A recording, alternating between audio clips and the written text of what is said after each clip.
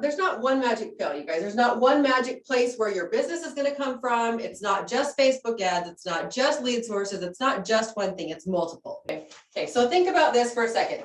While this is true, okay, this is very true, I want to offer you another thought about it.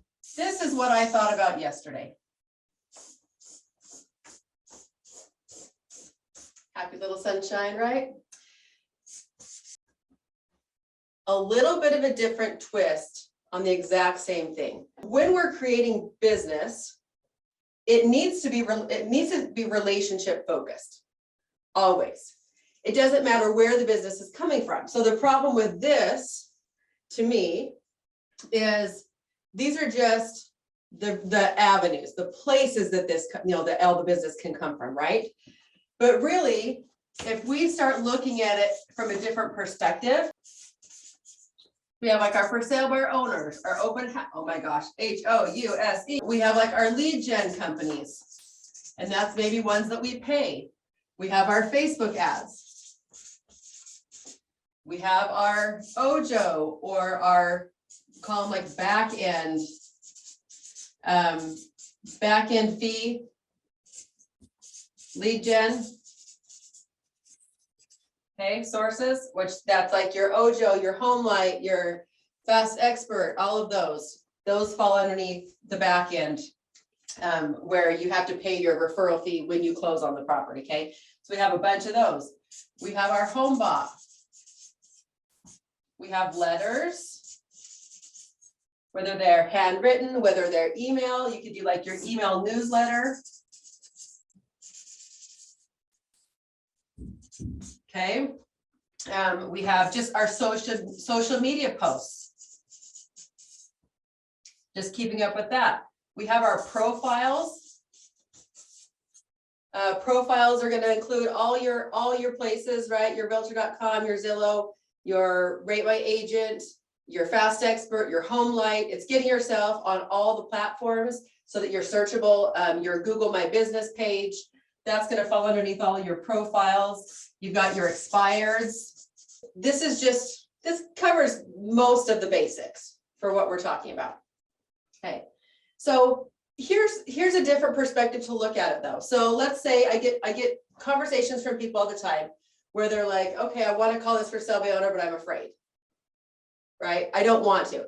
Well, okay, so if this is our for sale by owner over here, then yeah, it's just another source of business, right? It's just another thing that you're doing. Flip it, and you're for sale by owner, and you're trying to create a relationship.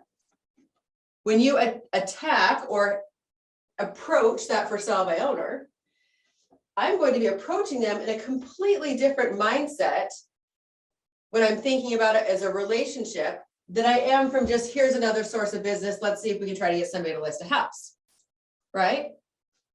So, I mean, this is going to go for, this is our social too.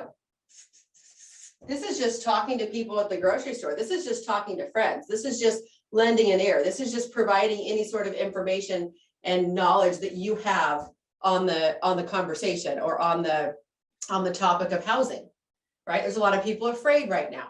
There's a lot of people afraid about the interest rates going up. There's a lot of people afraid of the values going down.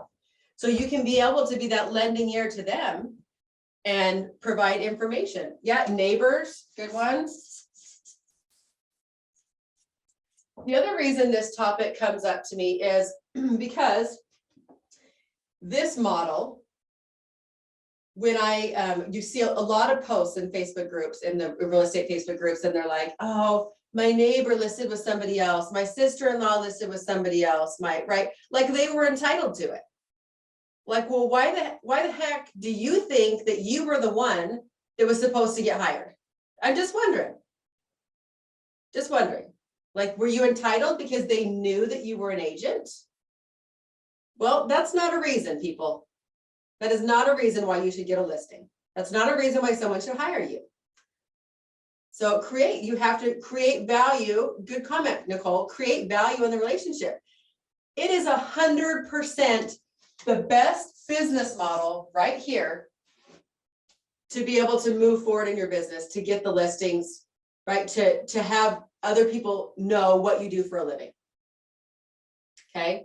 Now, of course, this goes deeper into how we can do it. Like there's other facets of it, but I just want you to take that and think about it a little bit this next week. And then when you're making your phone calls, when you're approaching somebody, approach it from a different angle.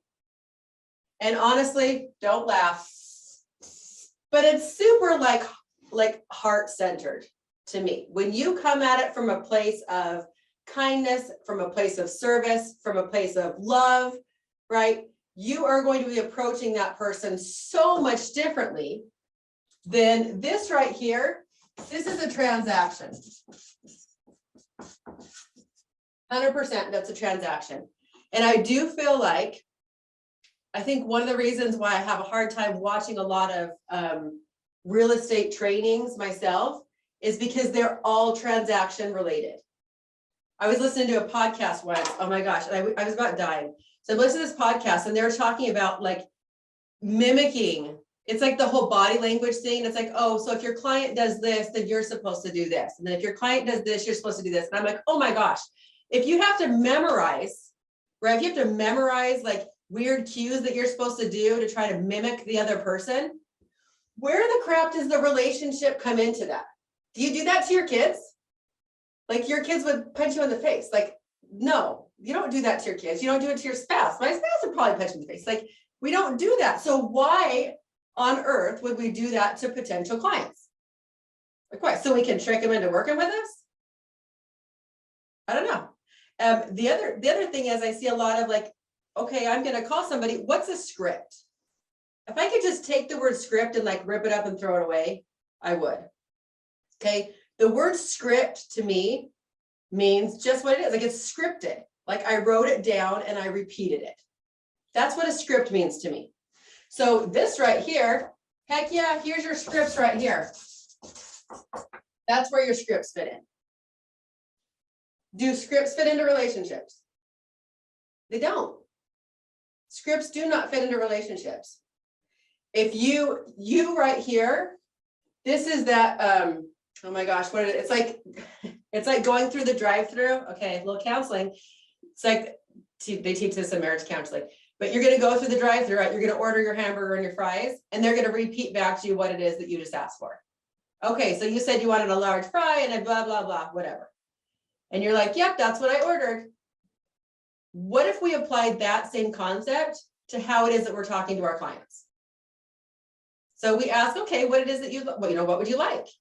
What's going on in your life and what would you like? And then they say, oh, well, I'm really looking for blah, blah, blah, right? I want a 3-bedroom, 2-bathroom, or I really want to try to move here, or whatever it is that they give you, piece of information. Take that piece of information and build on it. Repeat back to them. Okay, so I hear that you say you want a 3-bedroom, 2-bath in Boise, right? In what price range? And then you just dig in a little bit further. Why do you need a script to have a conversation? I'm just asking. And if you do have a hard time approaching somebody, or if you're new, like some people do like to practice the talking part, right? What a better way to practice than to get on the phone, call your expireds, call your for sale by owners. If they hang up on you, who cares? They are practiced. You are practicing talking to a real person, right? Someone who genuinely needs to sell their property, someone who genuinely has some questions.